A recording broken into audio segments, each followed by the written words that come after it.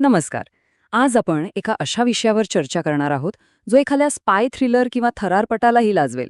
नुकतंच पाकव्याप्त काश्मीरमधील मुझफ्फराबादमध्ये एका घोषित दहशतवाद्याची हत्या झाली आणि त्यानंतर या प्रकरणाचे असे काही गुंतागुंतीचे धागेदोरे समोर येत आहेत जे ऐकून तुम्ही थक्क व्हाल.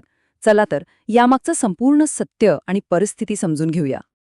विचार करा, एकदम कडेकोट सुरक्षा आहे, आजूबाजूला कमांडोज आहेत, अशा सुरक्षित मानल्या जाणाऱ्या ठिकाणी एका हाय व्हॅल्यू टार्गेटला कसं संपवलं जातं? हाच प्रश्न मुझफ्फराबादमधील हमजा बुरहानच्या मध्यरात्री झालेल्या हत्येच्या केंद्रस्थानी आहे. एका अंधाऱ्या रस्त्यावर अचानक गोळ्यांचा वर्षाव सुरू झाला आणि सुरक्षा रक्षकांना काही समजण्याच्या आतच हे हल्लेखोर अक्षरशः हवेत गायब झाले. सूत्रांनी दिलेल्या माहितीनुसार हा अतिशय अचूक आणि पूर्वतयारीनिशी केलेला हल्ला होता. ज्या खाजगी कॉलेजमध्ये हे टार्गेट चक्क शिक्षक किंवा प्रशासकीय अधिकारी म्हणून लपून काम करत होतं, तिथून बाहेर पडतानाच अगदी जवळून त्याच्यावर फायरिंग करण्यात आलं. तर आता सगळ्यात मोठा प्रश्न, हा हमजा बुरहान नेमका होता तरी कोण? या व्यक्तीचं मूळ नाव होतं अर्जुमन गुलजार दार, पण अंडरवर्ल्ड आणि दहशतवादी वर्तुळात तो हमजा बुरहान किंवा चक्क डॉक्टर या नावाने जास्त कुप्रसिद्ध होता. हा माणूस अल बदर आणि जैश ए मोहम्मद सारख्या दहशतवादी संघटनांशी जवळून जोडलेला होता. 2019 मध्ये ज्या भयंकर पुलवामा हल्ल्यात आपले 40 CRPF जवान शहीद झाले, त्या हल्ल्यासाठी स्थानिक पातळीवर तरुणांची भरती करणं आणि रसद पुरवणं असा त्याच्यावर अत्यंत गंभीर आरोप होता. भारताने त्याला UAPA अंतर्गत दहशतवादी घोषित केलं होतं. आता हा टाईमलाईनचा आलेख पहा. 2019च्या पुलवामा हल्ल्यामुळे भारत आणि पाकिस्तान अक्षरशः युद्धाच्या उंबरठ्यावर आले होते आणि त्यानंतर बरोबर 7 वर्षांनी 2024मध्ये त्याचा असा अचानक नाट्यमय अंत झाला. आता तुम्हाला वाटेल की हे सगळं खूप सोपं होतं का? तर अजिबात नाही. त्याच्यापर्यंत पोचणं हे अतिशय कठीण काम होतं. स्थानिक रिपोर्ट्सनुसार त्याला उच्चस्तरीय सरकारी यंत्रणेची म्हणजेच थेट ISIची सुरक्षा पुरवली गेली होती. स्वतःसोबत कमांडो आणि फिरण्यासाठी बुलेटप्रूफ गाड्या असतानाही ही सुरक्षा भेदली जाणं ही खरोखरच अचंबित करणारी गोष्ट आहे. आणि इथूनच ह्या कथेला एक अतिशय अनपेक्षित आणि खळबळजनक वळण मिळतं, ते म्हणजे बिश्नोई गँगचा दावा. या हत्येनंतर काही तासांतच सोशल मीडियावर एक पोस्ट वाऱ्यासारखी पसरली. त्यात थेट लिहिलं होतं, पुलवामाचा बदला डन. टायसन बिश्नोई आणि DC ग्रुपने असा खळबळजनक दावा केला की तुरुंगात असलेल्या लॉरेन्स बिश्नोईच्या सांगण्यावरून आणि मार्गदर्शनाखाली त्यांनीच हा हल्ला घडवून आणलाय. आता इथे विचार करण्यासारखी बाब म्हणजे भारताच्या तुरुंगात बसून एका गुन्हेगारी टोळीने आंतरराष्ट्रीय गुप्तचर यंत्रणांच्या सुरक्षेत घुसखोरी कशी केली. त्यांचं हे नेटवर्क फक्त भारतात नाही, तर कॅनडा, अमेरिका ते अगदी पोर्तुगालपर्यंत पसरलेलं असल्याचं सांगितलं जातं. याआधी पोर्तुगालमध्येही ISIशी संबंधित एका व्यक्तीवर, शेहजाद भट्टीवर त्यांनीच हल्ला केल्याचा दावा केला होता. टेलिग्राम, फेसबुक, व्हॉइस नोट्स या सगळ्याचा ते अतिशय संघटितपणे वापर करतात.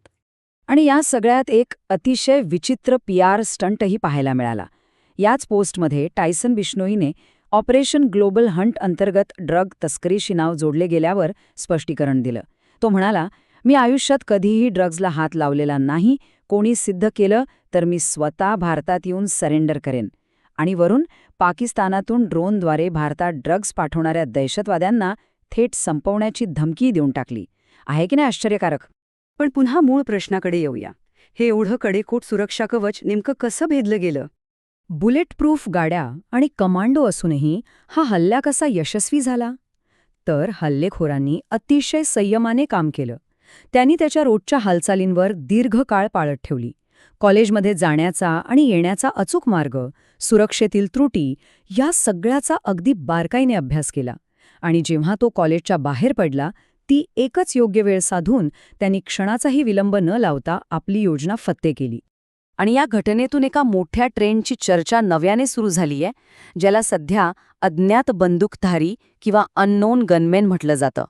तुम्हाला आठवत असेल, बालाकोट एअर स्ट्राईकनंतर एक रहस्यमय मालिका सुरू झालीय, ज्यामध्ये भारतविरोधी कारवाया करणारे लोक, खलिस्तानी हस्तक आणि दहशतवादी नेटवर्कचे सदस्य पद्धतशीरपणे संपवले जात आहेत.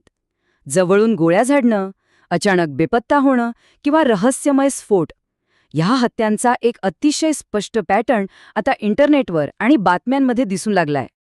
आता सोशल मीडियावर लोक साहजिकच भारतीय गुप्तचर यंत्रणांचा यात हात असल्याचा अंदाज बांधत आहेत.